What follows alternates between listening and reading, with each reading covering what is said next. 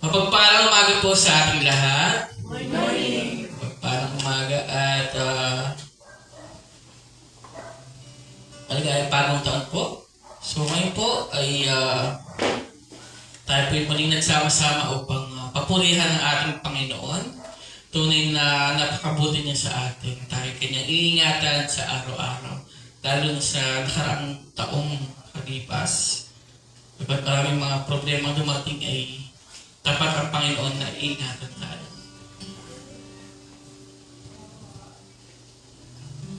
So ang kanyang katapatan po ay walang katulad. Ang pag-ibig niya ay dakila at walang wakas magpakailanman. Purihin ang Panginoon. Kaya mga kapatid, ihanda po natin ating mga puso at isipan sa pagsamba sa ating Diyos, sa pag-awit, sa panalangin, sa pagbibigay, at sa makinig na kanyang salita. Sa Diyos ang kapurihan at kaluwalhatian, tumayo po tayong lahat para po sa ating call to worship and opening prayer. Buksan natin ating mga Biblia sa Psalms 128 or awit 128. Ito po ang sinasabi. Blessed is everyone who fears the Lord, who walks in His ways. You shall eat the fruit of the labor of your hands. You shall be blessed, and it shall be well with you. Your wife will be like a fruitful vine within your house. Your children will be like olive shoots around your table. Behold, thus shall the man be blessed who fears the Lord. The Lord bless you from Zion. May you see the prosperity of Jerusalem all the days of your life. May you see your children's children. Peace be upon Israel. Tayo po manalangin. Pumuli aming Diyos ng mga salamat. Salamat sa araw nito, Panginoon, na kami inyong iningatan sama-sama upang papurihan ka at itaas ang iyong pangalan. Sapagkat ikaw ang aming Diyos, manlilikha. Siyang nagligtas sa amin, Panginoon, mula sa aming kasalanan. Siyang nagbigay ng katapusan, kaligtasan. Ibigay niyo yung kaisa-isang anak ng Panginoong Jesucristo. Siya nag-alay ang kanyang buhay para sa pangkamit niya, Panginoon. Katalo ang kasalanan. At ang kanyang katuwiran, Panginoon, ay maibilang sa amin. Kung kami ay makatubod sa inyo, Panginoon, makatayo sa inyong presensya, sapagkat ikaw ang Diyos na banal. Salamat, Panginoon, sa inyong biyaya, sa inyong awa, pag-ibig sa amin. May naririto pa. Ipupuri sa inyo. May kagalaan sa aming mga puso at isipan. Sapagkat ikaw ang Diyos na nagliligtas. Tunay at walang kapantay. Walang hihigit sa inyo, Panginoon. Dalangin namin, Panginoon, na sa araw nito, na tanging ikaw lamang aming pupurihin at sasambahin.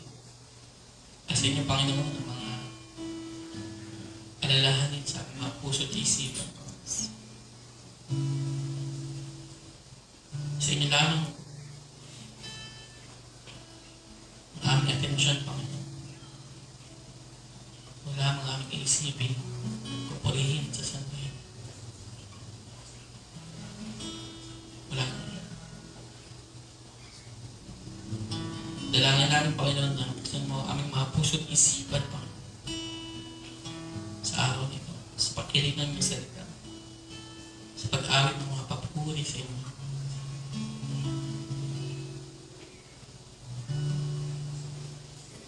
Muli, Panginoon, tinataas ka namin at pinapasalamatan. Habang buhay kami, Panginoon, ay maglilingkod sa inyo. Napakailan. Kung aming dalangin, sa pangalan ni Jesus, aming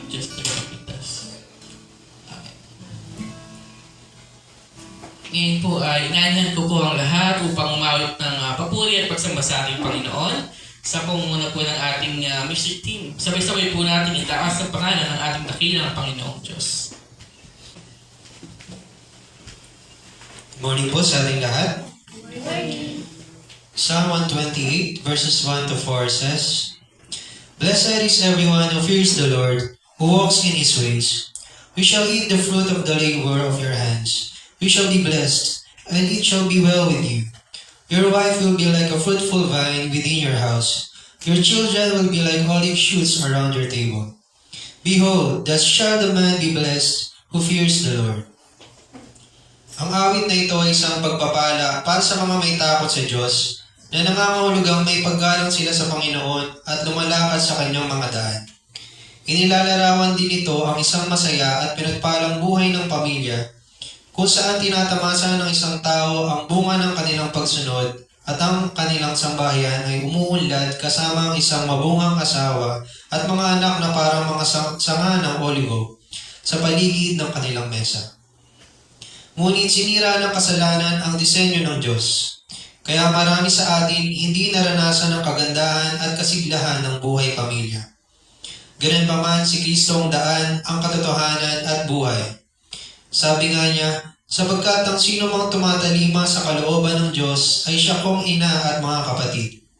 Dahil sa Kanya dumaloy sa atin ang pagbabago upang bilang Kanyang iglesia ay masaya nating ituturing ang isa't isa na magkakapatid sa Panginoon. Ibinilang niya tayo ng mga anak upang tayo ang humayo at magdala ng pagpapala, ng kaayusan at matamis na pagsasama kay Kristo sa ating mga pamilya. Sa pamamagitan nito, natututo tayong sumunod kay Yahweh. Napapatunayan ang kahalagahan ng kanyang mga utos, lumalago at tumitibay sa ikaluluhati ng Diyos. Kaya mga kapatid, halina tumawid tayo ng papurit pasasalamat sa ating Panginoong Diyos na matuwid, mapagmahal at ating tagapagligtas. Let's sing by faith.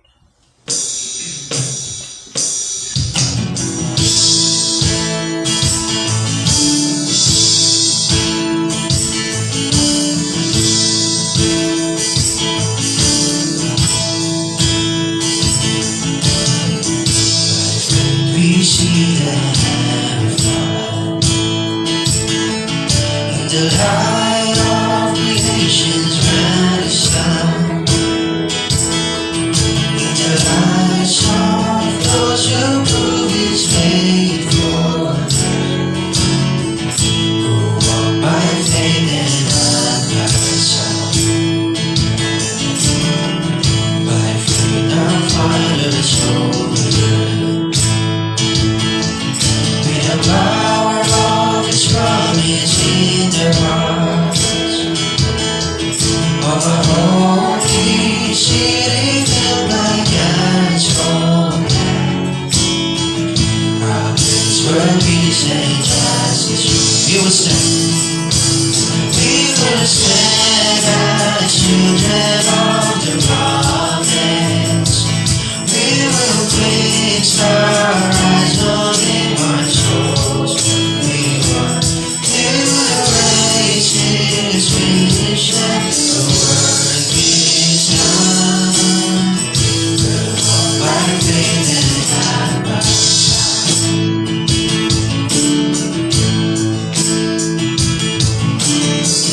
By faith the prophets saw a day,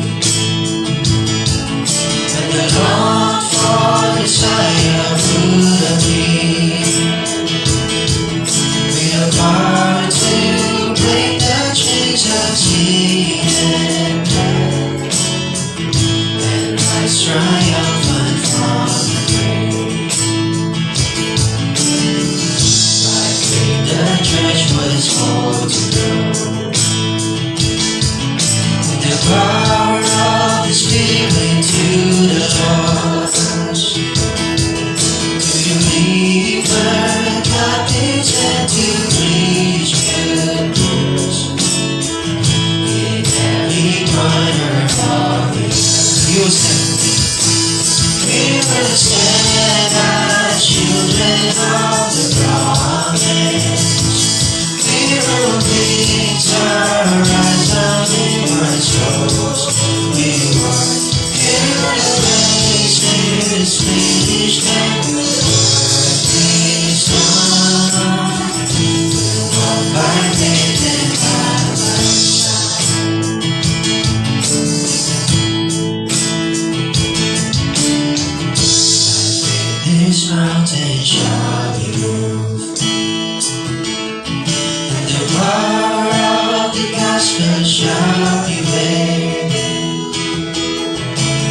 knowing that all things are possible for all who call upon you. We will sing. We will stand as children of the promise. We will fix our eyes on Him, our souls reward. Till the race is finished and the work is done. We'll walk by faith and not by sight. We will stand as children of the promise. We will fix our eyes on Him, our souls reward. Till the race is finished and the work is done. We'll walk by faith and not by sight. We'll walk by faith and not by sight. Palapakan mo natin ang ating Panginoon.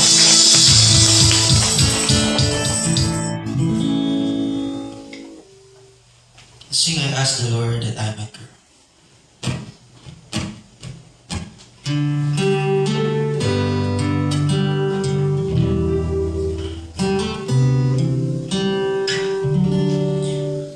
We ask the Lord that we might grow in faith and love and every grace, might more of His salvation know and see more than see His face. Towards He who taught us thus to pray, and He we trust has answered prayer. But it has been in such a way that someone strove as to despair. Behold that in some favored hour that once He answered our request, and by His Son's constraining power subdue our sins and give us rest.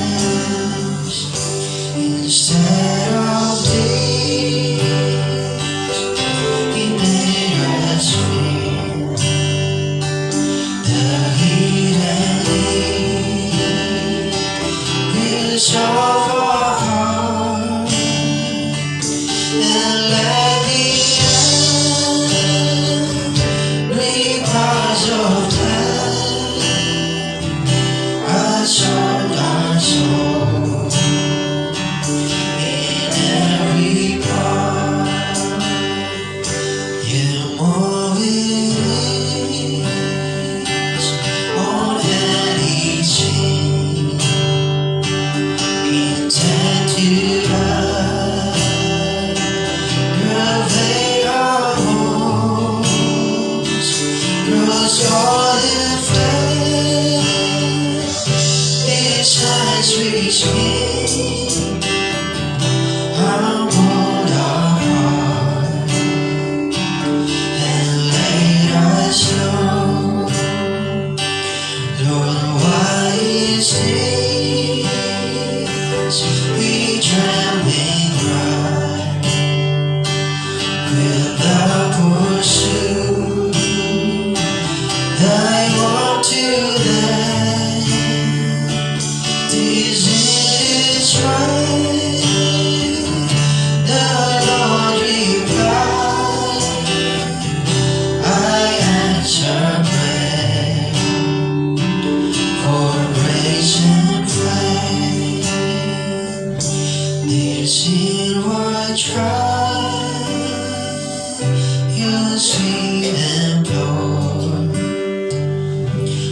oneself and pride to set me free and break the chains of earthly joy that thou mayst find thy holiness. Palakpan mo natin ang Panginoon. And God be the glory.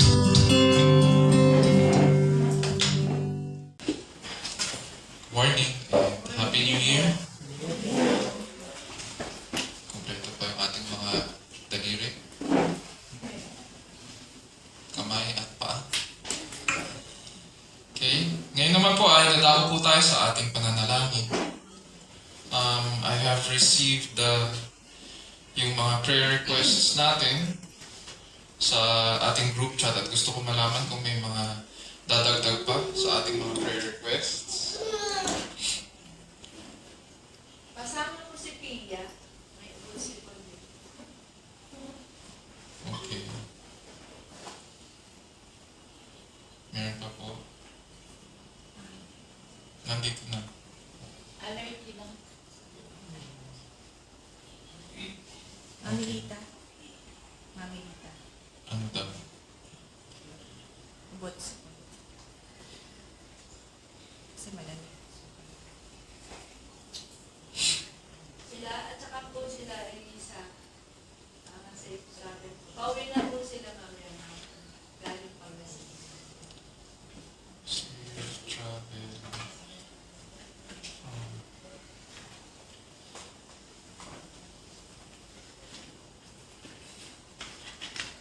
Okay. Meron pa po? Wala na. Sige. Ngayon naman po ay pikit po natin ang ating mga mata at tutulog tayo sa ating Panginoon. Let's pray. Our dear Heavenly Father, we thank you once again for granting us another day in our lives. Salamat Panginoon for this day of rest that you have given us so we can gather in your presence as your people, as your family, as one body in Christ. Through this, O Lord, we can bless you and serve one another as well. Salamat din Panginoon that you have given us this past week so that we can be productive, we can enjoy the fruits of our labor, and bless our families as well through it. And through these first 6 days of the week, we can look forward also to this day of rest. O Lord, we praise you for the wonderful work that you do in our lives. We pray that as you continue to strengthen your people, as you continue to grow us in the faith, we ask that you would continue to guide our footsteps. May you, just as we confess our sins to you, and humbly we do so, we pray that you would continue to cleanse us and purify us with your word, reminding us of the things that we ought to do and not to do. And by your grace, O Lord, we will continue, that we would persevere in this until you return. O Lord, we pray that just as our Lord Jesus Christ has earned for us the forgiveness of our sins on the cross, it was raised for our justification. So we pray, O Lord, that we would apply, O Lord, the things that we learn from you, that we would take it to heart and faithfully follow you. We pray, O Lord, that you would also grant us to be faithful stewards of the ministry that you have placed under our care. Salamat, Panginoon, that through VBM, we are able to teach, that we are able to go and make disciples of all nations. We are able to baptize your people in the name of the Father and of the Son and of the Holy Spirit, teaching them to observe all that you have commanded your people to do, while holding on to the promise.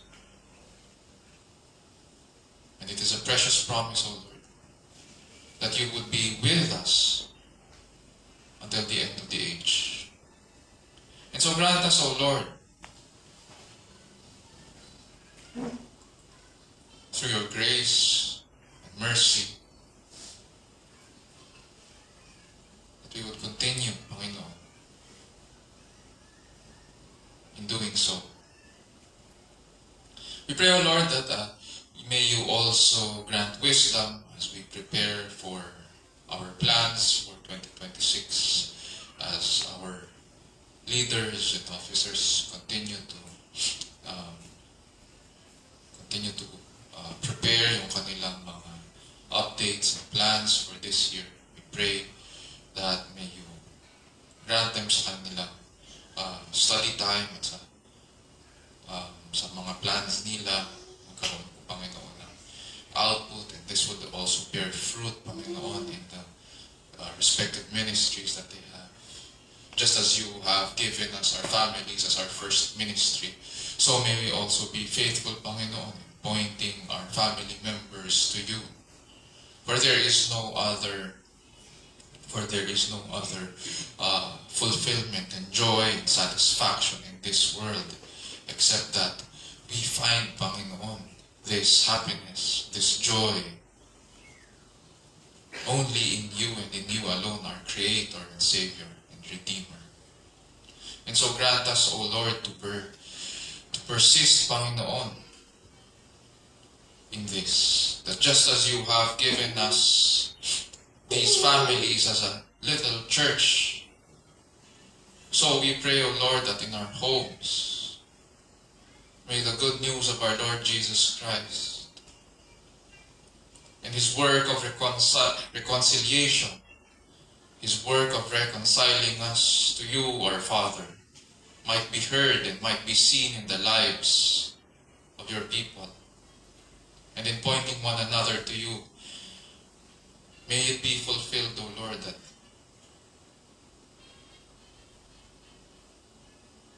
we would not only be your people, but you would also be our God, who cares for us, who clothes us, and provides us for all our needs, both physical and spiritual. O Lord, we also pray for our country, the Philippines, at mga leaders namin. We tire, O Lord, and confess that we are tired, Panginoon, of the runarounds na nangyayari sa government namin. We don't understand everything as well. Nevertheless, you do. Your eyes see everything. You understand everything. And so we run to you and ask, O Lord, that you would grant our leaders yung sense of accountability needed sa kanilang mga positions of authority. We pray, O Lord, that because they are your ministers, we ask, O Lord, that you would grant our prayers. We pray, O Lord, that may you also curb mga acts of abuse of power tsaka corruption, if not eliminate. Although we understand, Panginoon, that these acts of depravity can only be fully eliminated when our King, our Lord Jesus Christ, returns and claims His throne to consummate His kingdom over heaven and earth. And until that time comes, we will continue to pray, we will continue to appeal in your presence. We will continue to trust in you. That all you do, that all your plans have been ordained by your wise God who sits above all, who rules over all. And so we pray, O Lord, that as our brothers and sisters in government also continue to teach your word, we pray that the principles of your word would also be seen, Panginoon, in the way our government officials, yung mga staff nila, how they conduct their day-to-day transactions, how they engage with the people. And so we ask, O Lord, that this would be seen, and that many would hear the good news and lay down their lives to the King above all. Dear Lord, we also pray for one another. Many of us are sick and could not be here today.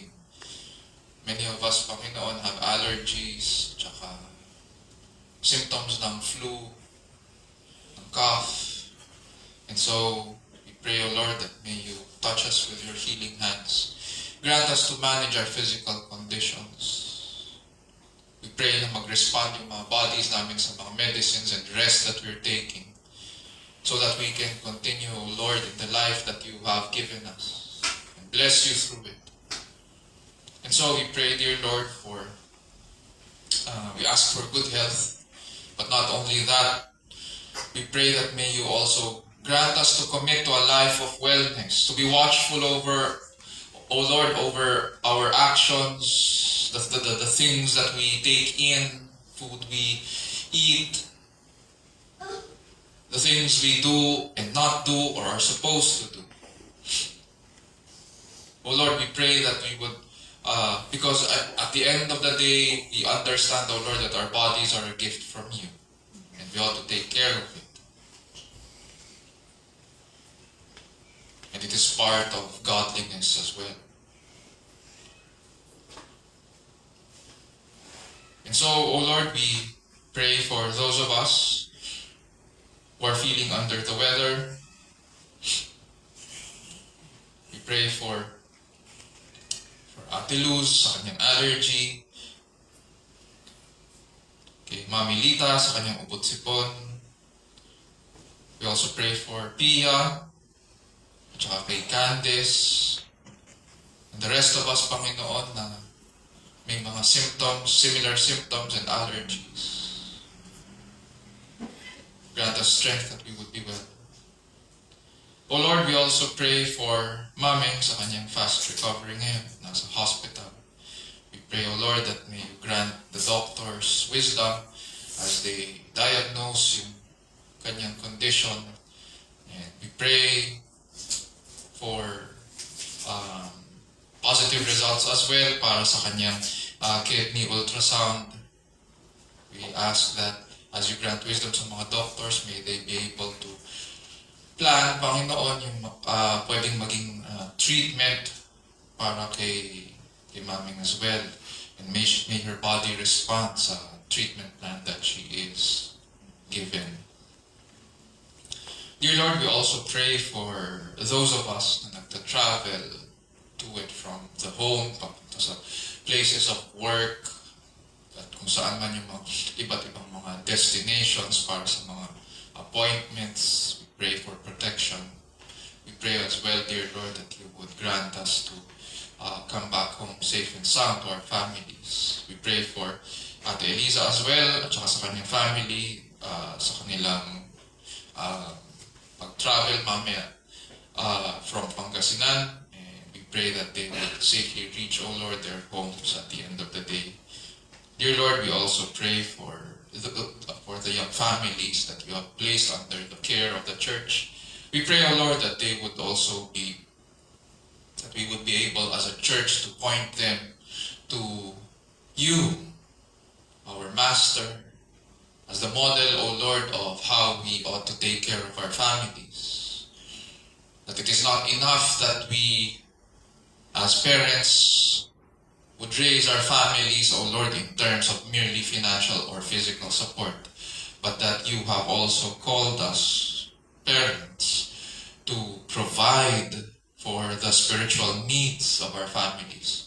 And so we pray that as we struggle, Panginoon, week after week with our time and how we use it sa mga commitments namin, we ask, O Lord, that you would equip us to point our families, O Lord, to you, just as we continue to equip one another, to encourage one another, to point one another to you. Today, O Lord, as we begin the first worship service for the year 2026, we continue, O Lord, to approach you in humility and willingness as well to listen to you. Grant, O Lord, grant us with eyes to see and ears to hear, so that we would behold, O Lord, your majesty and beauty and excellencies in the study of your word. And as you speak to us, O Lord, that through the study of your word, we pray that you would open our ears, that we would hear the shepherd's call. May we be able to respond also as you change our hearts with hearts that are responsive, with hearts that abound in love for you. And in doing so, we pray, O Lord, that we would worship you and that we would lift up your name. And so we pray that you would create in us the needed desire, Panginoon, to continue to follow you and bless you. And as you speak to us, we pray that you would change us and we would be changed. And this we pray in Jesus' name, our Lord and Savior. And all of God's people will say, Amen. Amen.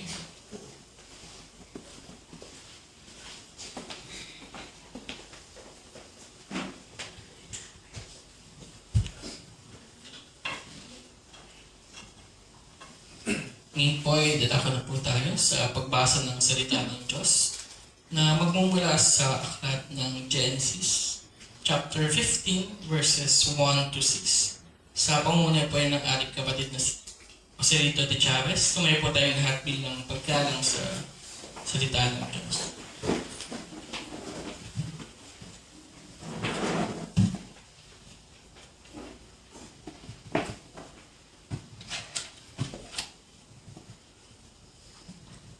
Good morning po sa ating lahat.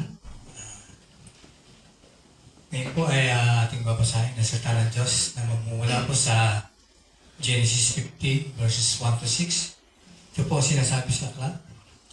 After these things, the word of the Lord came to Abraham in a vision. Fear not, Abraham, I am your shield.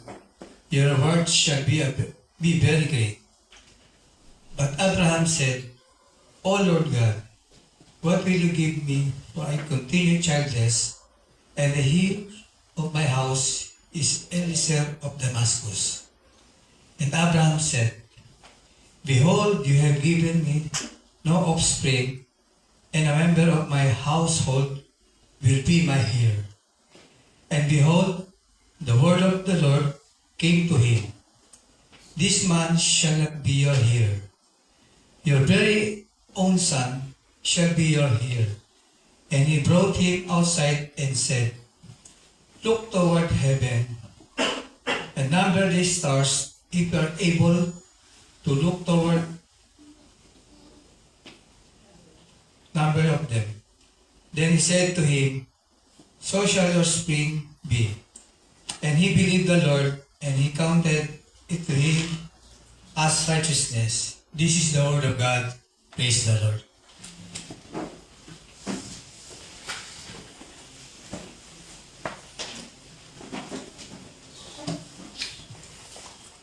Muli po, ang salita po ng Diyos ay katotohanan at ito'y kanyang kinasihan. Nagtuturo po ito ng katotohanan tungkol sa ating Diyos at ito rin ay nagsasabay at nagtutuwid sa bawat mananampalataya.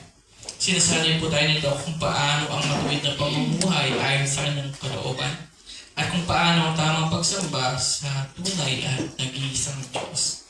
Ayon po yan sa 2 Timothy chapter 3 verses 16 to 17.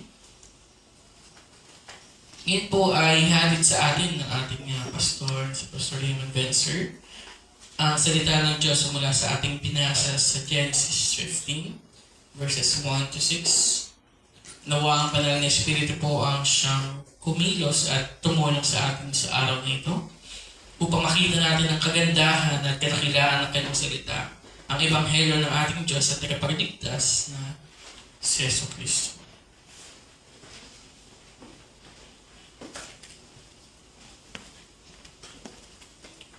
Good morning. Okay. Ngayon naman po ay hayaan niyo pong buksan ko po ang ating passage sa Genesis chapter 15. Genesis, the first book of the Bible. Tapos babasahin ko po sa Tagalog. Para sa ating na may mga Bibles, we can also open it. Or rather, pwede tayo magsimula sa Genesis 14 para meron tayong background sa ating pag-aaralan sa umaga. Genesis 14, verse 14 and following. So, Genesis 14 muna, tapos pupunta tayo sa Genesis 15.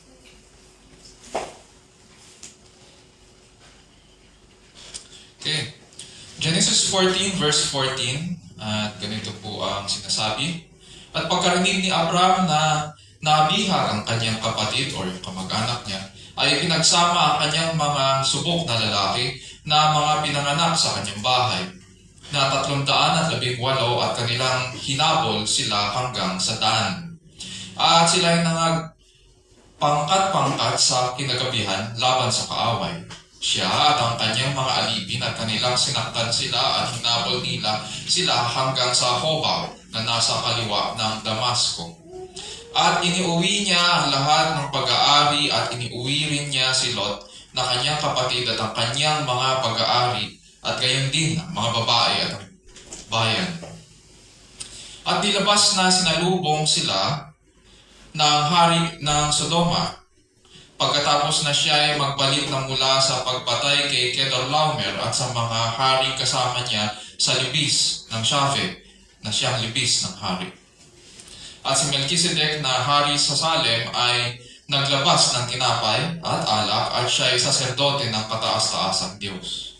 At binasbasan niya siya na sinabi, pagpalain si Abraham ng kataas-taasang Diyos na may-ari ng langit at ng lupa, at purihin ang kataas-taasang Diyos na nagbigay ng iyong mga kaaway sa iyong kamay. At binigyan siya ni Abraham ng 10 bahagi ng buong samsam.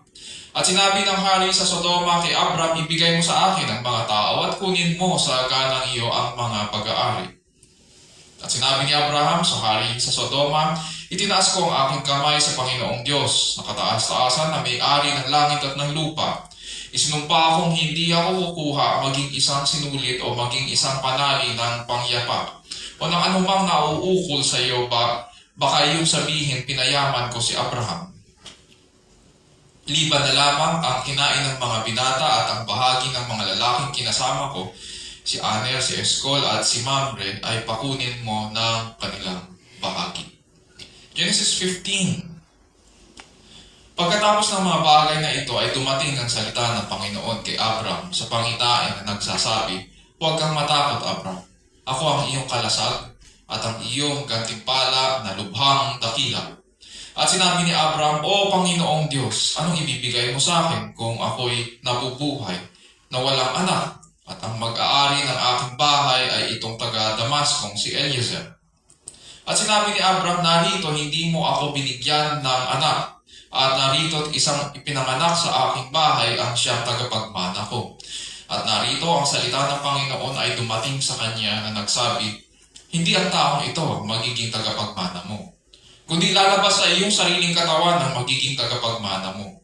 At siya ay inilabas at sinabi, tumingala ka ngayon sa langit at iyong bilangin ang mga bituin kung mabibilang mo. At sa kanyang sinabi, magiging ganyan ang iyong binhi. At sumampalataya siya sa Panginoon at ito'y binilang na katuwiran sa kanya. Ito po ang salita ng Panginoon. Purihin ang Diyos. So for this morning, and as in our past, as in the previous years, tuwing January or first quarter of the year, pinag-aaralan po natin ang Genesis. So pagpapatuloy natin ngayon sa umagang ito ang series natin on the study of the first book of the Bible. Madalas kapag pinag-aaralan po natin ang passages of Scripture, ang approach natin sa pag-aaral ay normally from a moral perspective. What do I mean? Whenever we read Scripture, or whenever we read stories from other categories of literature, lagi nating hinahanap po yung moral. Tinatanong natin, kahit sa mga kabataan from grade school, at tinatanong lagi, pag reading comprehension, ano ang moral of the story? Ano ang lesson na natutunan mo? What can we learn from that passage that we can apply in our life? Paano ba natin ito ilalapat sa ating mga buhay? Hindi ko po sinasabi na mali yun. But whenever we study Scripture, Scriptures are not just about yung actions we have to take para sa buhay natin, para maging maayos ang buhay. First and foremost, we have to understand that Scripture reveals to us the God who created us, the God who created heaven and earth. Sabi nga sa Genesis 1, in the beginning, God created the heavens and the earth.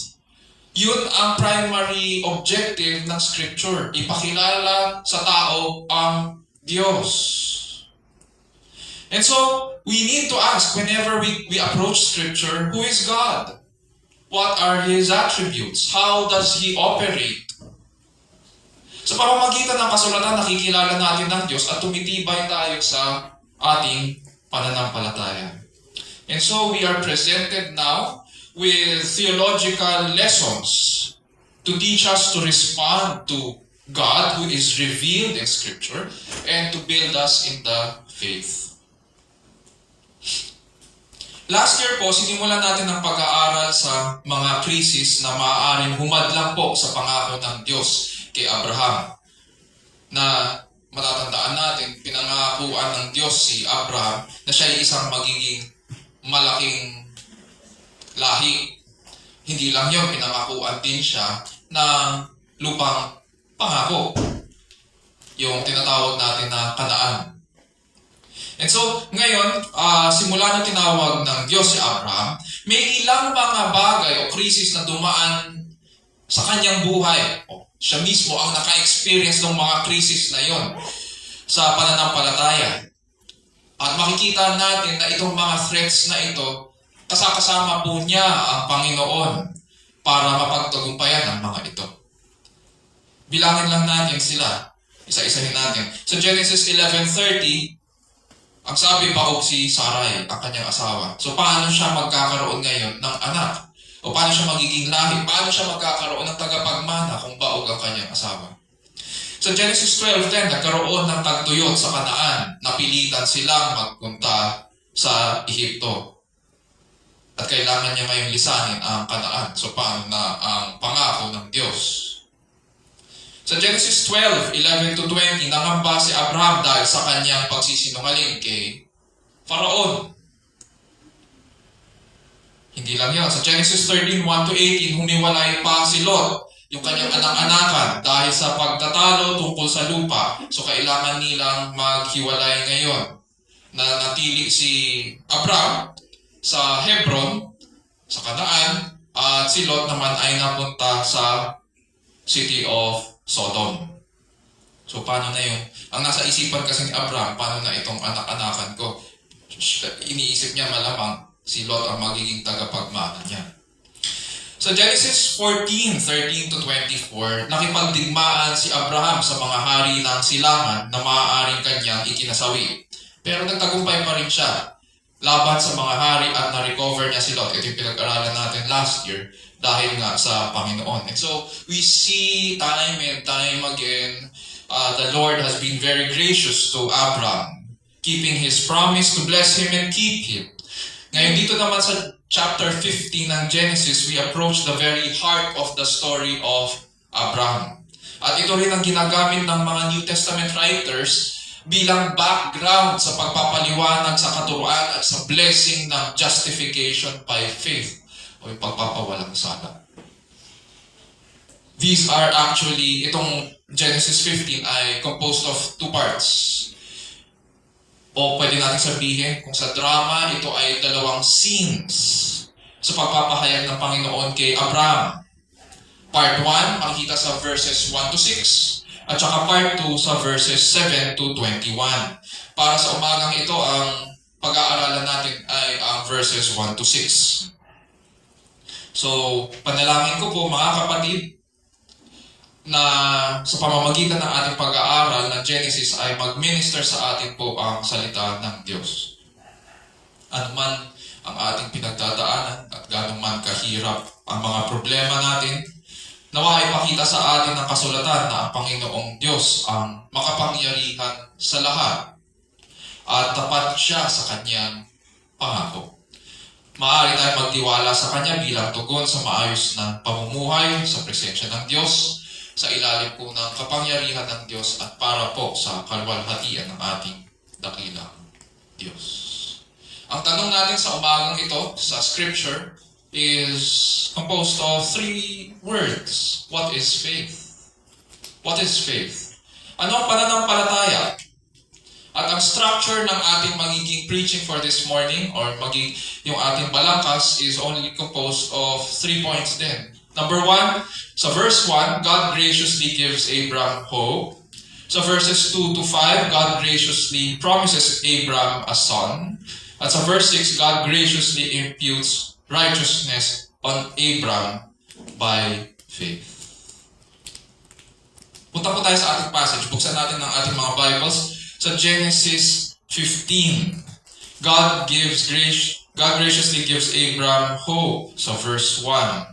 Sabi dyan, after these things, the word of the Lord came to Abram in a vision, saying, Do not fear. Do not fear, Abram, I am a shield to you. Your reward shall be great. So dito sa section na ito, makita po natin na Diyos ang nag-i-initiate na makipag-usap kay Abram. And He is reassuring Abram. Ang setting po ng ating passage ay sa loob ng tolda ni Abram sa Oaks of Mamre sa Hebron. By this time, Abram is most probably nasa 85 years of age. 75 years siya kasi na niya nilisan ang Haran papuntang Canaan. And we are told sa chapter 16 na 10 years have passed. So by this time sa Genesis 15, malamang papunta na siya doon. It's after 1 decade na. So 85 years old siya almost and had already been living for almost 10 years dito sa Canaan. Nangyari itong chapter 15 pagkatapos magtagumpay ni Abraham laban sa mga hari at nailigtas niya rin si Lot. Isang gabi habang nakahiga po siya sa loob ng kanyang tolda ay dumating ang salita daw ng Panginoon kay Abraham. Alam po natin gabi ito sapagkat sabi sa verse 6, And he took him outside and said, Now look toward the heavens and count the stars. So itong pangitain na ito ay dumating sa kanya isang gabi. Noong unang panahon po, pinapahayag ng Diyos ang kanyang sarili sa mga hinirang sa pamamagitan po ng mga dreams and visions at saka direct communication. In this case, sabi dyan, the word of the Lord came to Abram in a vision. So, specified dito na vision, ito, hindi siya dream, kundi vision ito. Dilat ang kanyang mga mata, nakita niya ang salita ng Panginoon. Pag sinabi natin salita kasi, hindi siya pangitain eh. Di ba? Pag sinabing salita ng Panginoon,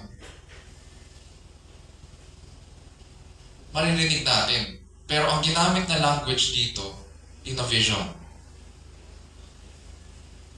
So, hindi ko alam, hindi sinabi ni Moises, yung writer ng aklat, kung paano naging experience ni Abraham. Pero, the word of the Lord came to Abraham in a vision. The last time na kinausap ng Panginoon si Abraham ay noong naghiwalay sila ni Lot at naiwan si Abraham sa Hebron. And that was through direct communication. Pero dito, patuloy siyang kinakausap ng Panginoon, this time through a vision. And this is the reason the scriptures consider Abraham as a prophet. Dahil may direct access siya sa Panginoon. Ang sabi po sa kanya ng Panginoon, dito sa verse 1, "Do not fear, Abraham, I am a shield to you. Your reward shall be very great." Although hindi sinabi dito ni Moises ang dahilan bakit sinabi ng Diyos or yung background sa sinabi ng Diyos na do not fear. It would be helpful for us na balikan sandali lang po ang mga pangyayari sa chapter 14. Doon sa chapter 14 na ating pinag-aralan last year, nagkaroon po ng digmaan sa Kanaan dahil naghimagsik ang ilan sa mga hari o yung mga vassal kings or lower kings ng Kanaan laban doon sa high king na si Kedorlaomer na king of Elan. Ang ginawa ni Kedorlaomer na king of Elan, kasi nagmumula sila, ang ginamit sa Tagalog Bibles, mga hari ng silangan. Pero pag tinignan sa map, katulad na pinakita ko last year, sila yung mga hari sa Babylon. So, ang ginawa ni Kedorlaomer, tinipon niya ngayon yung kanyang kupunan, composed of 4 kings sila, at sinalakay po nila ang mga hari ng Kanaan. And in the process ng kanilang conquest, nadamay po si Lot dahil isa nga siya sa mga inhabitants ng Sodom. Nang malaman po ito ni Abraham, agad-agad niyang tinipon ang kanyang mga tauhan. At magtataka tayo kasi hindi naman hari si Abraham. Dayuhan po siya sa Kanaan.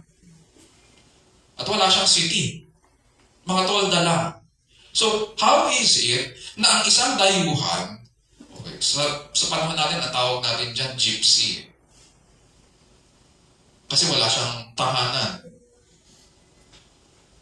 How is it na ganito meron siyang trained military men? Most probably, binigay yun sa kanya ng hari ng Egypt nang umalis sila kasama si Sarai. So, nagkaroon siya, mayaman na mayaman at considered na dito sa passages, nakikita natin yung dahan-dahan kung ano yung role ni Abraham. Katulad ng mga hari, nakipagdigmaan siya sa kanila.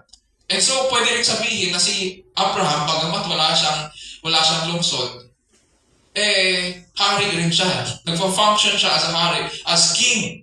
And so he went against these kings to war. And amazingly, even though lahat ng bayan na sinalakay nitong mga hari na nagmula sa Babylon ay natalo, si Abraham po ay tagumpay. 1 versus 4 kings of Babylon. Nanalo siya. Hindi lang yun. Naiuwi pa niya ang lahat ng pag-aari na kinuha nitong mga hari. At pati si Lot, nasa gift pa niya. In the end, bagamat karapatan po ni Abraham, dahil siya nga yung winner So dapat ikaw ang makakakuha ng samsam. Tinanggihan ni Abraham yung mga pag-aari ng Sodom at sabi niya, hindi, ayokong may masabi kayo laban sa akin at masira ang testimony ko at sabihin niyo na nagpayaman ako sa pamamagitan niyo. Ayoko rin na ma-associate ang aking sambahayan sa Sodom. And so, ano siya doon? Nanindigan siya doon. Hindi lang yon. Hindi siya tubong kadaan. And so, ayaw niya na may maisip laban sa kanya ang kanyang mga kapitbahay. So, dito ngayon sa chapter 15, after the height of his victory, muling nangamba si Abraham. Nandito siya nag-iisa sa kanyang tolda, nag-iisip. And sa panahon natin ngayon, may tawag tayo dyan. Mukhang nag-overanalyze yata si Abraham. Yun ang makikita natin. There are at least 5 views from scholars habang pinag-aaralan ko to. Pag tinignan niyo po yung aking transcript, makikita niyo na ang dami kong footnotes. Dahil there are at least 5 views mula sa mga scholars na pinapaliwanag nila kung bakit sinabi ng Panginoon kay Abraham na fear not. Ano bang kinatatakutan ni Abraham? Bakit siya na-anxious sa kanyang buhay? So dito sa mga 5 views, hindi na natin tatalakayin kung ano yung mga iba't ibang views. Iano na lang natin. Dadaanan natin yun, papahapyawan natin. Is it possible? Ganito na lang. Na natakot si Abraham para sa kanyang buhay dahil ngayon lang nagpakita ang Diyos sa kanya. In the past, hindi naman eh. Kinakausap lang siya at sumusunod siya. God told Abraham to leave his family in Haran at pumunta sila sa Canaan to a land that I will show you. Yes, sumunod siya. God told Abraham na umalis dyan sa Egypt. Sumunod lang siya. Pero ngayon lang nagpakita ang Panginoon kay Abraham. And so, posible bang natakot siya? Yes, possible yun. But is it also possible that at the back of his mind, he was thinking na maaaring balikan din siya ng mga hari mula sa Babylon? Kasi nanalo siya eh. Pwedeng mangyari, naresbakan siya. Ganon. Mas malaki ang Babylon kaysa sa bahayan ni Abraham. Pwede siyang resbakan. Possible ba yun na ito yung kinatatakutan ni Abraham? Yes. Is it also possible na iniisip niya na pagkatapos niya tanggihan ng mga samsam, baka magkaroon ng suspicion ang mga Canaanites na ibaling naman ni Abraham ang kanyang attention sa pagsakop sa kanila isa-isa? At ngayon, dahil nagpapalakas si Abraham, mas magandang unahan na lang nila siya. So on the one hand, pwede siyang resbakan ng mga hari, pero dito sa loob ng Kanaan, pwede siyang unahan ng kanyang mga kapitbahay. Is this possible? Na ito rin ang kinatatakutan niya? It is possible. Is it also possible that he was thinking na kung sakasakaling balikan siya o unahan siya ng mga karating bansa, dahil wala siyang anak, at yung iniisip niyang anak-anakan na si Lot is a lost cause already, paano siya magpapatuloy dito sa lupain pinapangako ng Diyos kung mamamatay siya? Is it possible na ito rin ang isa sa mga kinatatakutan niya? Yes. Is it possible na iniisip niya na tumatanda siya at si Sarai? Paano pa sila magkakaroon ng anak? Yes. Possible yun. 10 years na silang naghihintay sa Panginoon. Tayo, tingin lang natin from Genesis 12 or part ng 11 papunta dito sa Genesis 15. Ang tingin lang po natin ay chapters lang. Parang ilang chapters lang yun. Pero para kay Abraham, 10 years na yun. So, is it possible na iniisip niya ang lahat ng bagay na ito? Is it all of the above? Yes. It is possible. And so we see here, yung matapang na Abraham na nanalo laban sa 4 na malalaking hari ng Babylon, he is here an emotional wreck. Makikita natin dito, he is struggling with his faith. And to comfort and encourage him, dumating sa kanyang Panginoon. At sinabi sa kanya, "Do not fear, Abram. I am a shield to you. Your reward shall be very great." Ang sinasabi po sa kanya ng Panginoon dito ay anuman ang mangyari, anuman ang iniisip mo, anuman ang iyong kinatatakutan, ako ang magtatanggol sa iyo. Ako ang mag-iingat sa iyo. Oo nga naman. Ang tendency natin kapag tayo nauunahan tayo ng takot natin at saka mga alalahanin natin, nakakalimutan natin kung ano na ang napagtagumpayan sa pananampalataya ng kasama ang Panginoon. Hindi natin nililingon. Nakafocus tayo doon sa problema lang natin at doon sa takot natin. Pero sabi ng Panginoon, hindi. Ano man ang mangyari, ako ang magtatanggol sa iyo. Ako ang kasama mo. Ako ang mag-iingat sa iyo. Ako ang iyong palasag. I am. Hindi sabi ng Diyos na I was. Hindi siya past tense. Sabi ng Diyos, I am. Present tense. Ibig sabihin, magpapatuloy yun. Yung blessings ng Panginoon sa kanya ay magpapatuloy. What God has done in the past 10 years to protect Abram will continue. And to relieve Abram of his fears, may dinagdag po ang Diyos. Sabi po ba niya dyan, pagkatapos sabihin na, "Do not fear, Abram, I am a shield to you." Sabi ba ng Diyos, I am your reward lang? Hindi. Ang sabi ng Diyos kay Abram, I am your exceeding great reward. Exceeding great reward.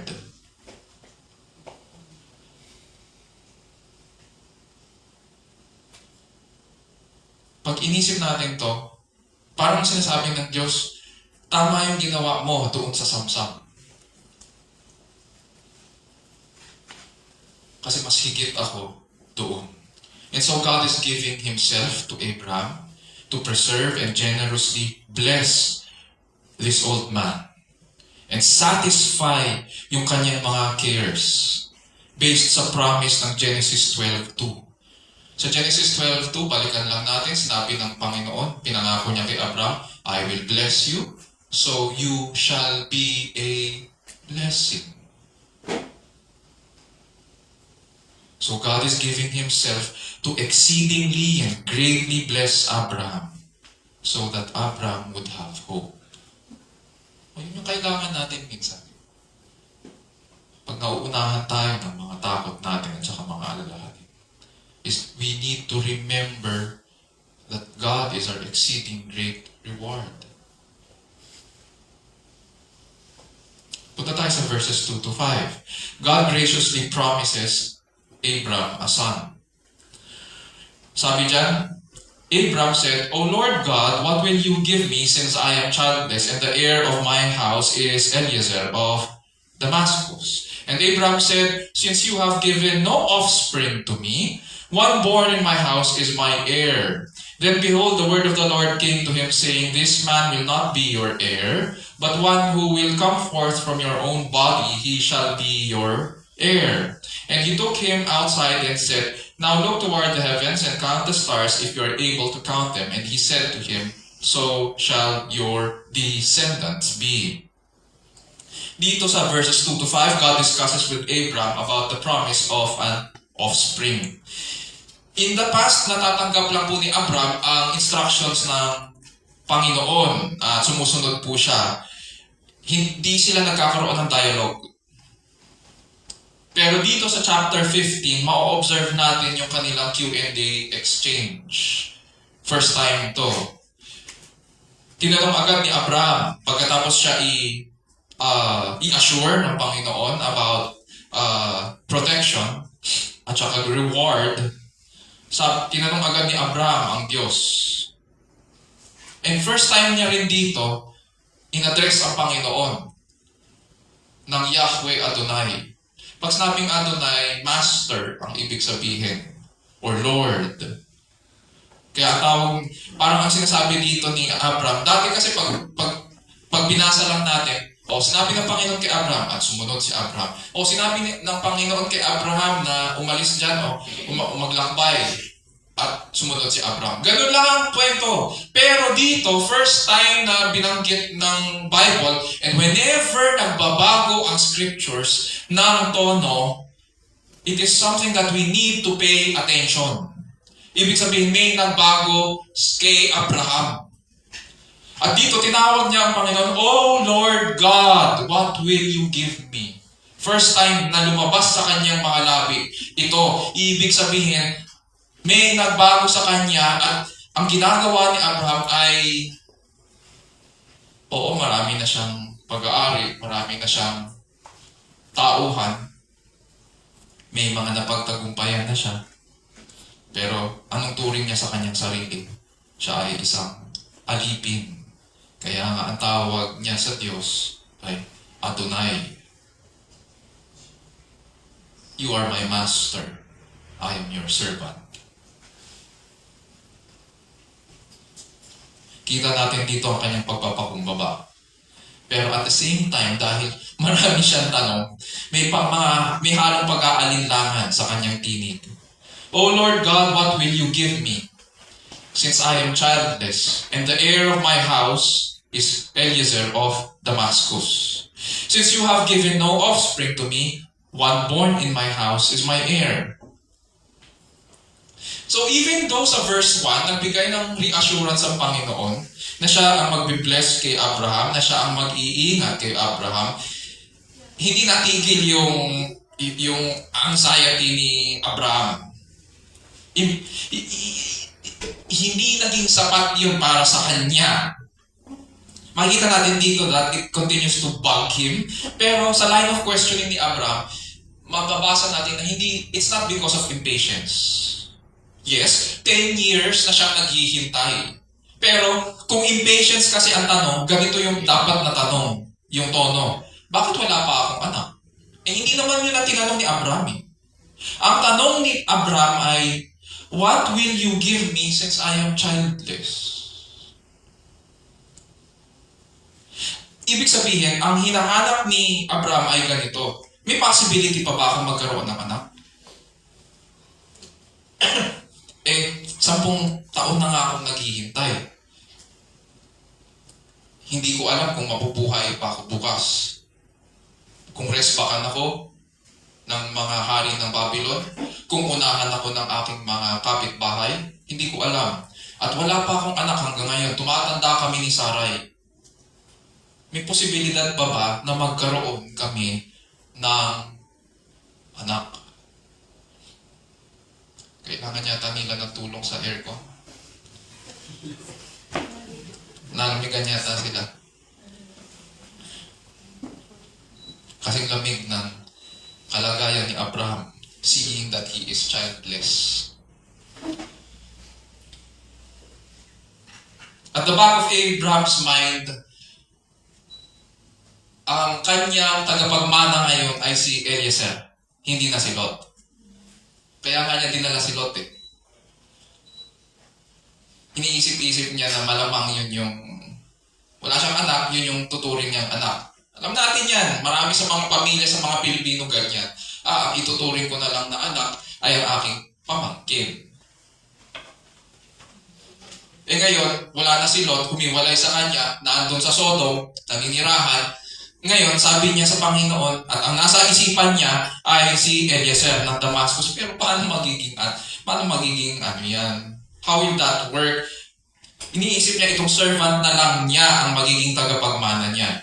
Before we move on, bigyan muna natin ng konting background ito, historical background, based sa practices nila sa ancient Near East. Sa original language, pag binasa natin itong verses 2 and 3, isa ito sa mga pinaka-difficult passages dito sa Genesis dahil meron itong wordplay. Yung wordplay ng heir at saka yung son of Damascus or yung tinatawag nilang Eliezer of Damascus. May wordplay dyan eh. Hindi na natin pag-uusapan yung technicalities nun. Ang point dito is that gustong gamitin ni Abraham ang nakasanayan sa lugar na yon. Ang nakasanayan nila sa ancient Near East. Yung kultura nila, ng panahon nila na kapag walang anak o kapag wala kang tagapagmana, Maaari nilang italaga ang kanilang chief servant para siya po ang mag-aalaga sa kanila hanggang sa kanilang pagtanda. Ang argument ni Abraham ay ganito sa Panginoon. Narito, wala akong anak kasi hindi mo naman ako binigyan. Baka pwedeng ituring na tagapagmana si Eliezer. Dito siya pinanganak sa aking sambahayan o sa aking bahay. Dito siya lumaki. At tapat siya sa akin hanggang ngayon sa kanyang pagtanda at sa aking pagtanda, hindi siya umalis. Hindi naman siya sumamakilot. Tapat siya sa aking pamilya. Parang family na rin siya sa akin. Baka pwedeng i-consider ng Panginoon. And so umaapila siya. Gamit-gamit ang kultura. Umaapila siya sa Panginoon, hindi gamit ang salita ng Diyos, kundi gamit ang kultura. Pumayag ba ang Panginoon? Ano sabi ng Scripture? Hindi pumayag ang Panginoon. Pinahayag ng Diyos ang kanyang panukala kay Abraham. Sabi sa verse 4, Then behold, the word of the Lord came to him, saying, This man will not be your heir, but one who will come forth from your own body, he shall be your heir. Paano yun? Diba? Ang tanda na niya, 85 years old na. Diba? Paano yung kanyang asawa? So, God's promised heir ngayon to Abraham was a biological son. Yun yung tawag natin sa panahon natin. Ang tagapagmana ni Abraham ay hindi tinalaga ng batas, hindi tinalaga ng kultura ng tao. Hindi po alipin ang anak ni Abraham at masalang hindi empleyado sa bahay ni Abraham. Ang tagapagmana ni Abraham ayon sa Panginoon, ang tagapagmana ni matandang Abraham ay tunay na anak. Magmumula sa katawan niya sa kanyang katandaan. So God is saying, hindi ito nakabase ngayon. Pag kumikilos ngayon ng Diyos, hindi ito nakabase sa kakayahan o kalooban ng tao. Hindi siya nakabase doon. God does not depend on. When He works, pinapakita niya ang kapangyarihan niya at dinidisplay niya ito at hindi siya nagdedepende sa kakayahan o kalooban ng tao kundi sa kapangyarihan at kagandahang loob niya. Pagkatapos nito, binigyan siya ng Diyos ng sermon illustration. And probably part pa rin ito ng vision niya. Dinala raw siya ng Panginoon sa labas ng kanyang tolda at ganito ang sinabi sa kanya ng Panginoon sa verse 5. Now look toward the heavens and count the stars, if you are able to count them. And he said to them, So shall your descendants be. Tingnan mo ang lahat ng between. At kung mabibilang mo yan, ganyan karami ang iyong lahi. Ganyan kalaki, ganyan karami. Anong sinasabi dito ng Diyos? Sinasabi ng Diyos, tingnan mo ang mga between. Tingnan mo kung ako ang gumawa niyan. Ako ang naglagay sa kanila dyan. Tingnan mo kung paano sila magningning. Ako nagbigay sa kanila ng liwanag. At kung paano sila magningning, kung paano ko sila ingatan, ganun ko rin iingatan ang iyong lahi. Dadami sila. Mga kapatid at kaibigan, saan po natin nakita itong kagandahang loob at kapangyarihan ng Diyos? In the immediate history of Abraham, alam natin na nagkaroon silang dalawa ni Sarai ng anak. At tinuturo natin yan sa Sunday School. Ano pangalan ng anak ni Abraham at ni Sarai? Si Isaac. Akala ko, parang narinig ko, si Isko. Si Isaac. Tinupad ng Diyos ang kanyang pangako kay Abraham. Hindi napako yung pangako. Natuloy yun. Pero all of this we must understand. All of this points to a greater and powerful fulfillment in the redemption of God's people.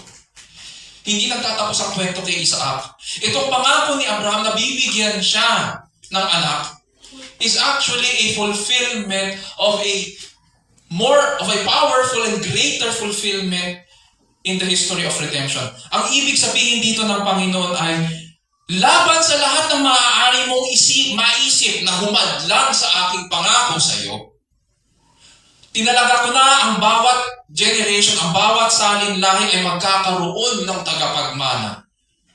Hindi mawawalan ng tagapagmana ang bawat salin lahi, hindi mawawalan ng tagapagmana ang aking kaharian hanggang sa dumating ang tunay na anak ng tao at ang tunay na tagapagmana ng kaharian ng Diyos. At dumating nga siya. Ang pangalan niya si Jesus. Na ang ibig sabihin ng pangalan niya ay God saves. Dahil tinubos niya tayo at inilakip tayo sa Kanya, naging kapwa tayo mga tagapagmana ng kaharian. Mga kapatid at kaibigan, kumusta po tayo ngayon? Kapag nagpatong-patong po ang ating mga alalahanin at walang-wala tayo. Minsan tulad tayo ni Abraham, kapag nagsastruggle sa pananampalataya, imbis na panghawakan po ang salita ng Panginoon, tumatakbo po tayo sa kultura. Tumatakbo po tayo sa mga nakasanayan natin. At umaasa tayo sa ating kakayahan at nakasanayan. Tapos, ang ginagawa natin, yun yung ginagamit natin para umapila sa Panginoon. Nagpapapray tayo, and there's nothing wrong with that. Pero ang problema sa atin, umaasa po tayo sa kultura, umaasa tayo sa mga nakasanayan natin na nagmula sa ating mga lumang pamumuhay. Hoping na aaprubahan ng Panginoon ang nilikha natin sa ating mga isipan. God does not work that way. Ang inaaprubahan niya ay yung kanyang salita. God's power does not rely on man's quick fix solutions. At dito naghahanap ng quick fix si Abraham. Pag-isipan natin po ang sinabi ni Jesus nung nandito siya sa lupa. Buksan lang po natin sandali sa Luke chapter 12, verses 25 to 31.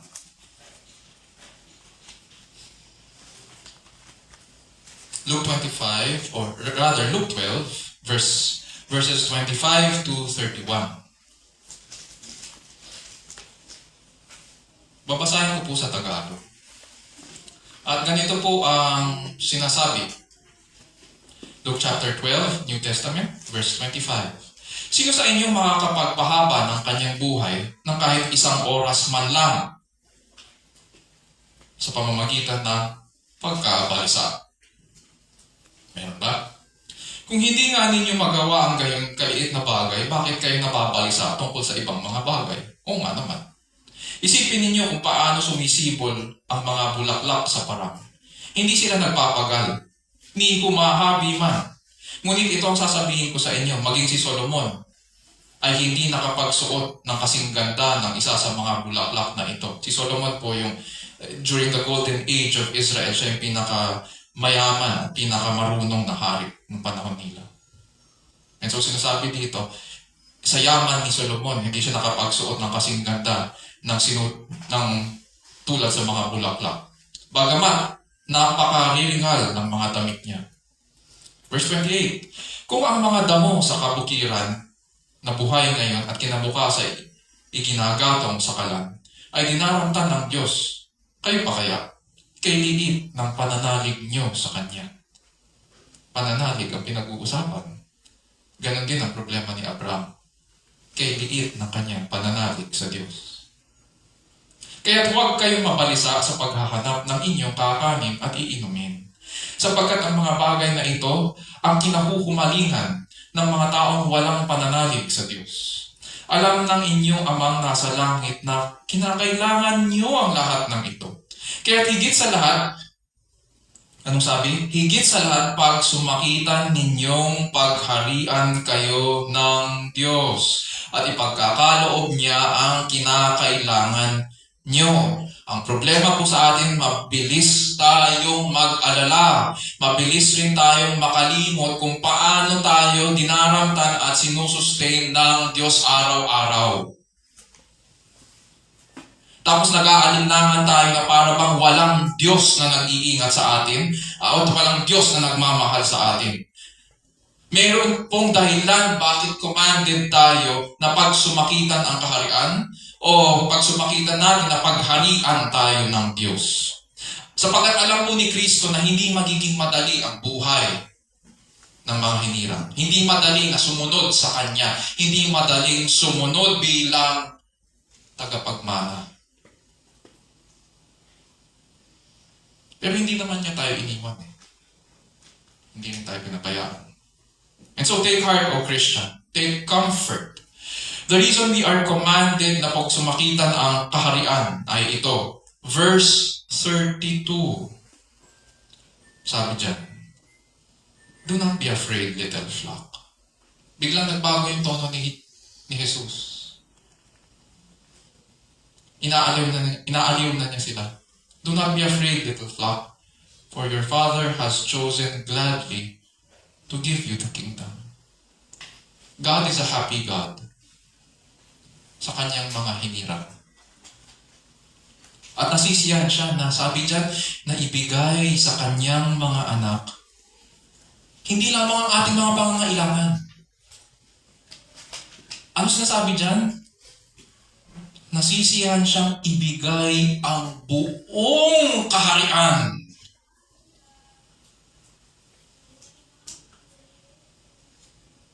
Tapos mababalisa ka sa maliliit na bagay?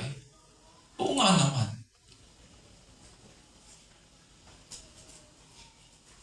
Tapos aapila ka sa Panginoon gamit ang kultura?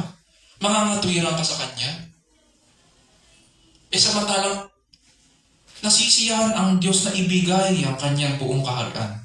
Dahil kay Kristo, naganap ang pangako ng Diyos kay Abraham na pagpalain sa kanya ang lahat ng angkan sa lupa. Hindi lang Israeli, hindi lang yung mga Israelites. Kasama pati tayo. How? Sa ating passage, anong naging tugon ni Abraham ngayon sa pangako at kagandahang loob ng Diyos? Tingnan natin. Watch his response. Balikan natin yung Genesis 15, verse 6. Tingnan natin yung naging response ni Abraham sa Diyos.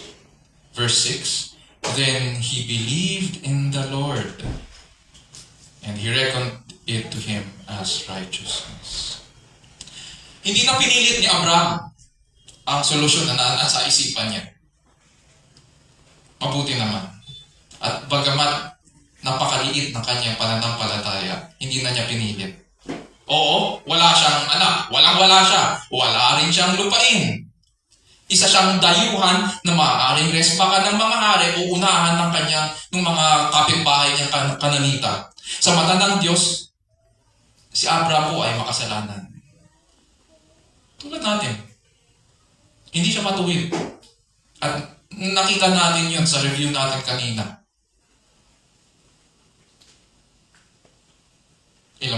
Ilang beses ba niya sinangkalan yung asawa niya? Di ba? 2 beses. Una-una kay Paraon, pangalawa kay Abimelech. Sinangkalan niya, sige, kunin niyo asawa ko. Kasi natatakot siya na baka patayin siya.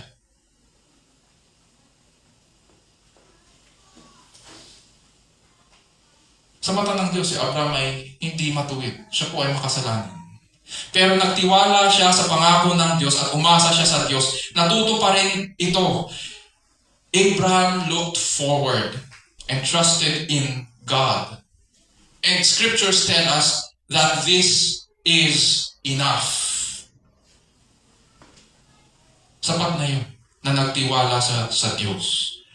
At anong sabi dyan? Anong ginawa ng Diyos?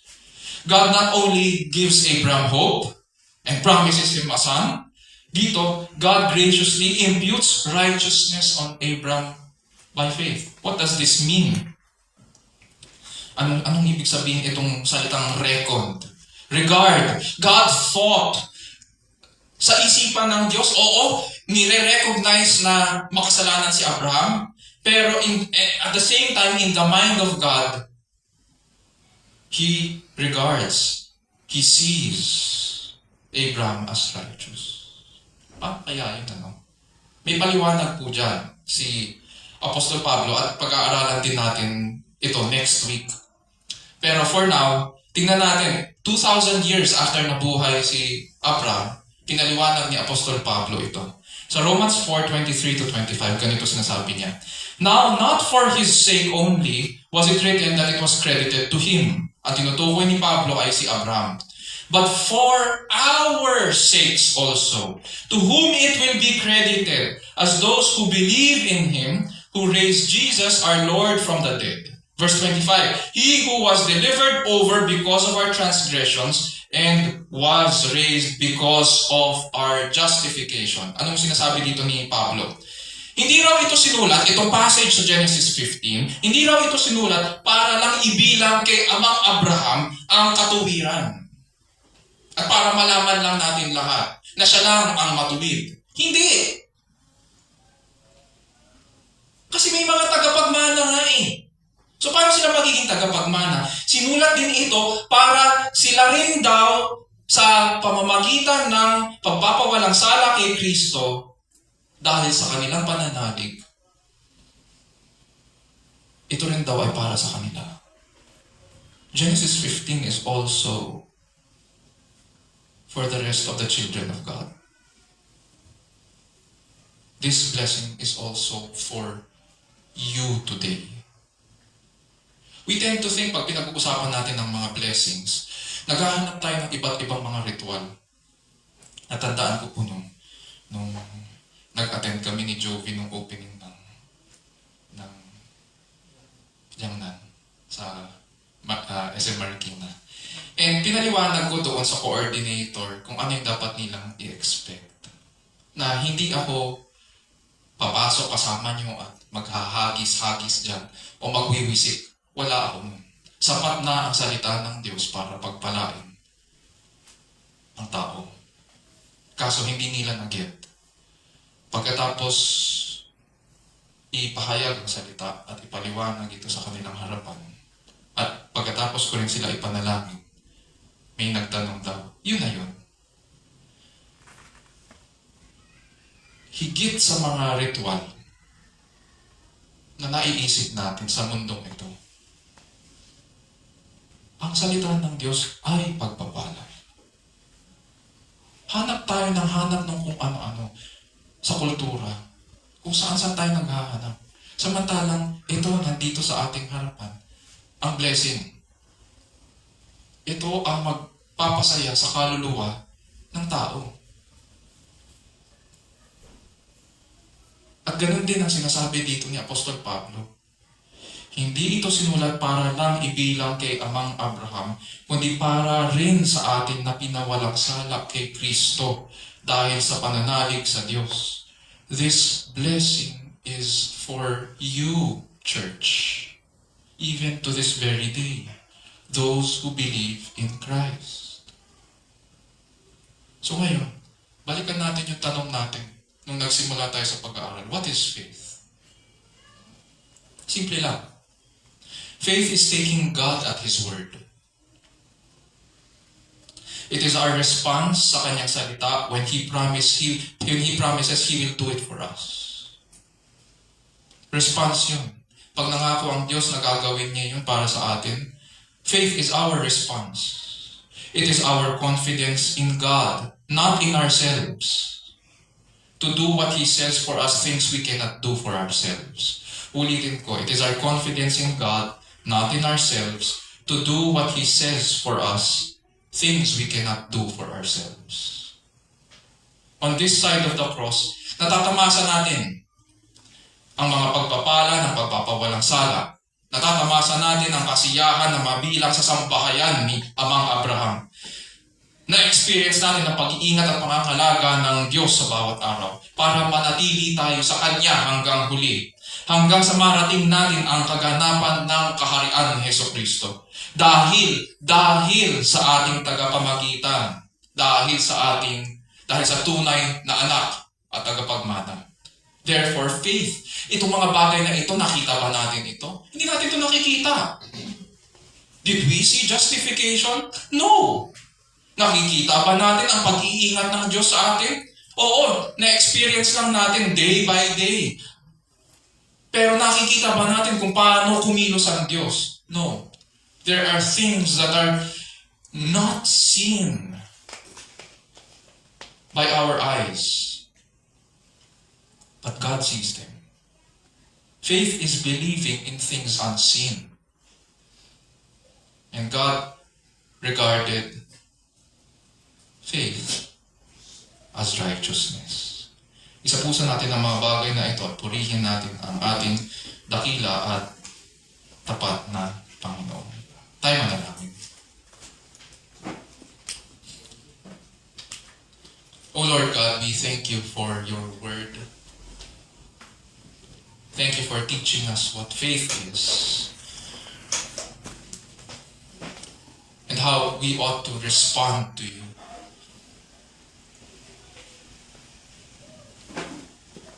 How we ought to respond to your promises. Salamat, Panginoon, for the correction. And at the same time, thank you as well, dear Lord, for the blessing of your word to enrich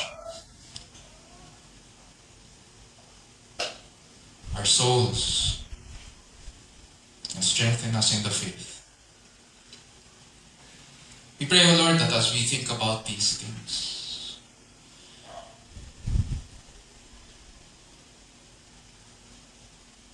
and as we apply these, O Lord, sa aming mga struggles in the faith,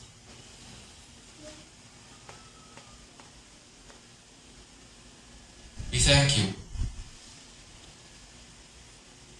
because you meet us where we are, in our weakness,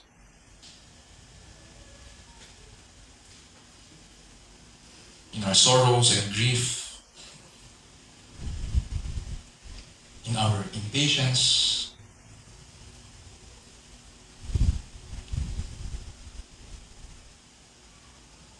and despite, O Lord, the little faith we have,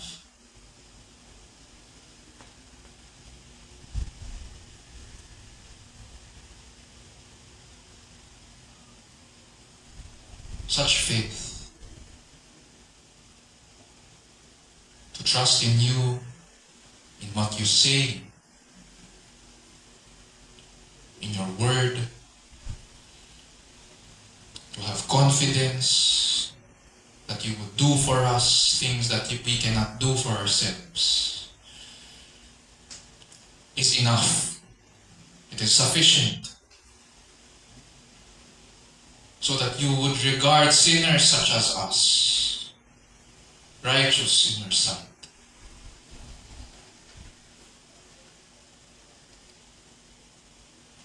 Salamat, O Panginoon. We find comfort in your word. We thank you, O Lord, as well, that you hear our prayers, and in hearing our prayers, you also disapprove of our requests, for we do not know what we ask. But thank you, O Lord, for upholding, katulad kay Amang Abraham. Thank you for upholding the plan of redemption. That you did not, even though Abraham chose Eliezer of Damascus, you upheld your plan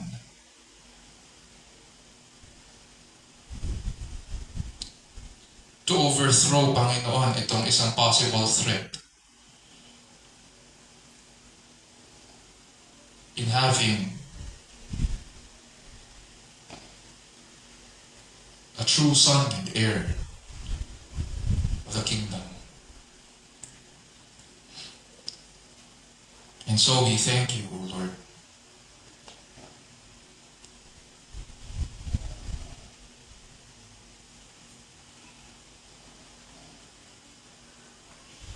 have overcome, Panginoon, these threats. As we continue to worship you today, we ask, O Lord, that you would continue to guide us, that you would strengthen us as we remember the things that you have done for us. Our Lord Jesus Christ has done in his life and death. Grant, O Lord, that you would show this as we participate and appreciate you in the ordinance of the Lord's Supper. So we thank you, Lord, for granting us this privilege. This we pray in Jesus' name, our Lord and Savior. Amen. Ngayon naman po ay dadako tayo sa ating Lord's Supper. At ang mangyayari po ay magpapasa lang po ako ng konting paliwanag tungkol sa ordinansang ito. At bago natin sabay-sabay magsabay-sabay tayong mag-participate o mag-partake ng elements, magpapasa muna ako ng paliwanag, and then after which ay i-distribute sa atin ni Kuya Owen at saka ni Brother Ronel ang ating mga elements so that each one of us can participate in the Holy Ordinance. And then after that, tayo po ay aalalahanin po natin ang ginawa ng ating Panginoon sabay-sabay. So hayaan niyo pong basahin ko po sa inyo ang paliwanag ukol sa kahalagahan ng banal na hapunan sa buhay ng mananampalataya kay Kristo at sa Iglesia. And so hango po ito sa paragraph chapter 2 o paragraph 2 ng VBM Statement of Faith number 10. Ang banal na hapunan po ay kaloob ni Kristo sa atin na kanyang iglesia upang gunitain at ipahayag ang kanyang kamatayan. Nagsisilbi rin itong paalala sa lahat ng mga hinirang na darating po ang araw na matatanggap natin ang lahat ng mga pagpapala ng kaligtasan at mauupo tayo kasama niya sa kanyang hapag. It is a promise of hope para sa bawat isa. At magkakasama tayong magkikita-kita sa hapagkainan ng ating dakilang hari. Ang mga elemento po ng banal na hapunan, ang tinapay at ang alak, ay larawan ng katawan at bagong tipan sa dugo ni Kristo. Dahil ito ay panlabas na patotoo ng kagandahang loob ng Diyos sa kanyang mga hinirang, pinapahayag po natin sa pamamagitan nito na kaisa po tayo sa kamatayan ni Kristo at patuloy niya tayong iniingatan hanggang sa kanyang pagbabalik. So patotoo ito na kung dahil ikaw ay na kay Kristo, dapat patuloy ka rin na nagpa-participate sa Lord's Supper. Pinapakita mo sa harapan ng kanyang iglesia, pinapakita natin sa kanyang harapan kung paano niya tayo patuloy na pinalalakas. Larawan po yun ng pagpapalakas ni Yesu Kristo.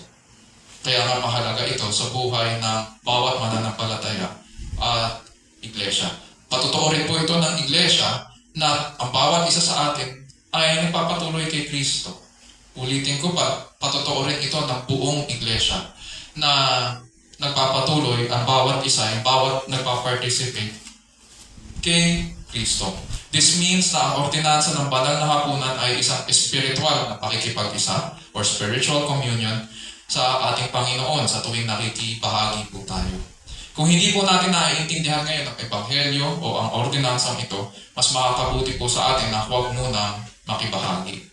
Dahil ito po ay larawan po ng biyaya ng Diyos, pinapangunahan po ito ng salita ng Diyos na ating pinakinggan kanina at taimtim na pagsusuri sa sarili.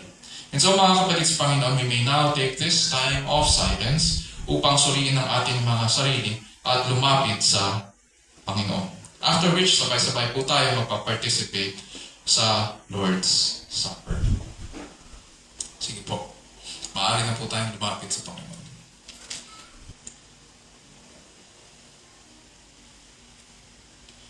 O Lord, we thank you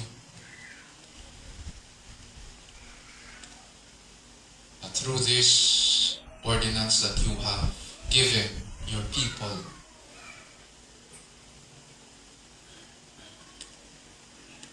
we can proclaim the Lord's death until our Lord Jesus Christ comes back. And at the same time, we can also communicate to one another and remember how you strengthen us, how you feed us, how you grow us in the faith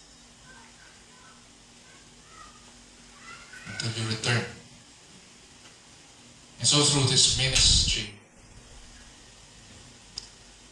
of strengthening, we pray, O Lord, that you would grant us to be faithful in this.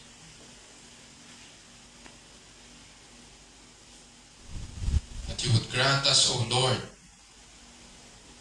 as we take in the bread, the wine, that we would also proclaim this outside display of unity, fellowship with one another in Christ. And so we praise you through this and ask that you would grant us to be faithful until you return. And this we pray in Jesus' name, our Lord and Savior. Amen. Amen. Tumayo po tayong lahat. Taas natin ang tinapay. For I received from the Lord that which I also delivered to you, that the Lord Jesus in the night in which he was betrayed took bread. And when he had given thanks, he broke it and said, "This is my body, which is for you. Do this in remembrance of me."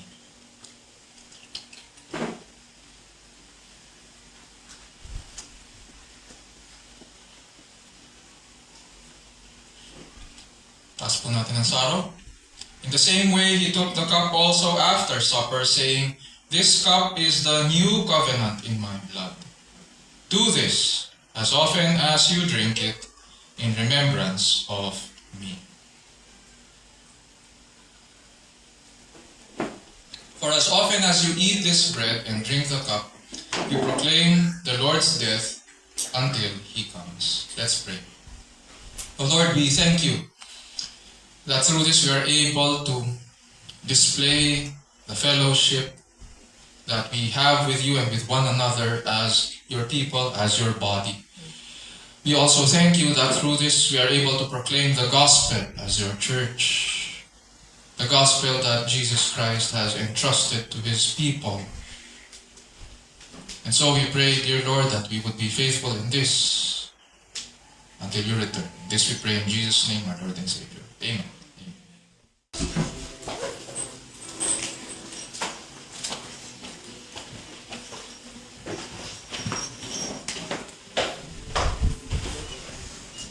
Ngayon po ay lalaki na po tayo sa ating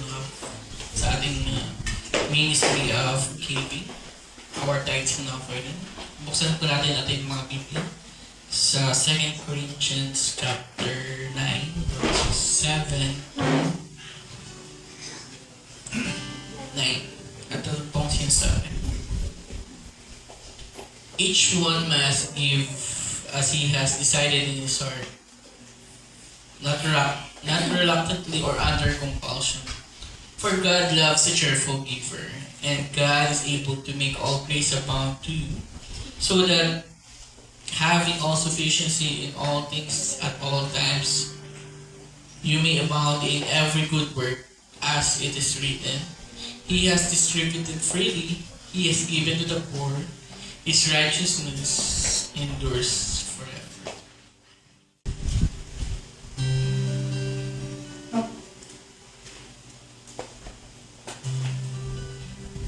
Tumayo po tayong lahat. Tayo po umawit ng papuri sa ating Panginoon.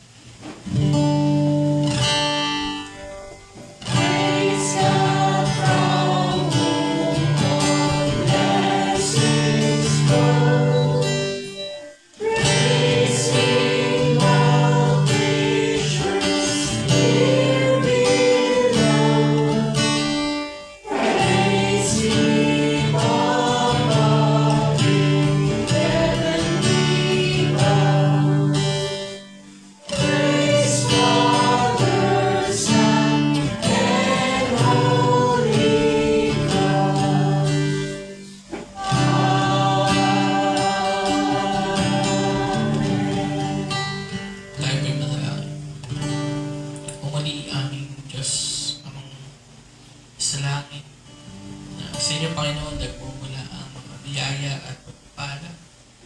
Salamat, Panginoon, sa aming pagkain na na-receive. Inyong salita, Panginoon. Dalangin namin, Panginoon, na ito'y mamuha sa aming buhay at lumago at may bahagi ito, Panginoon, sa iba. Lalong-lalo na sa aming pamilya.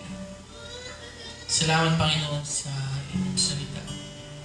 At siyang nagpapatibay sa amin, Panginoon. Hanggang sa muling inyong pagbabalik. Dalangin din namin, Panginoon, na kayo ang siyang patuloy na mag-ingat sa amin, Panginoon. Magpakatatag sa amin ng kalakasan. Dalangin din namin, Panginoon, ang aming pagbibigay. Dalangin namin na magamit namin ito hindi lang sa pagpapalaganap ng inyong salita. Kundi magamit din namin ito, Panginoon, sa pagtulong sa aming mga kapwa at sa pangailangan ng Iglesia. Dalangin namin, Panginoon, na kaya siya patuloy na magbigay sa amin ng pangangailangan sa amin sa araw-araw. Hindi lang sa physical, kundi higit sa lahat ng aming spiritual. At muli, Panginoon, kami nagpupuri at nagpapasalamat sa inyo.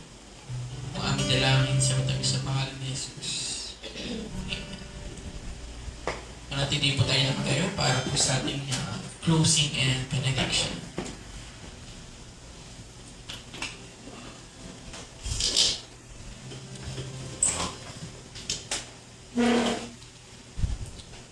Mga kapatid, purihin po natin ang ating Panginoon at tanggapin ang kanyang pagpapala.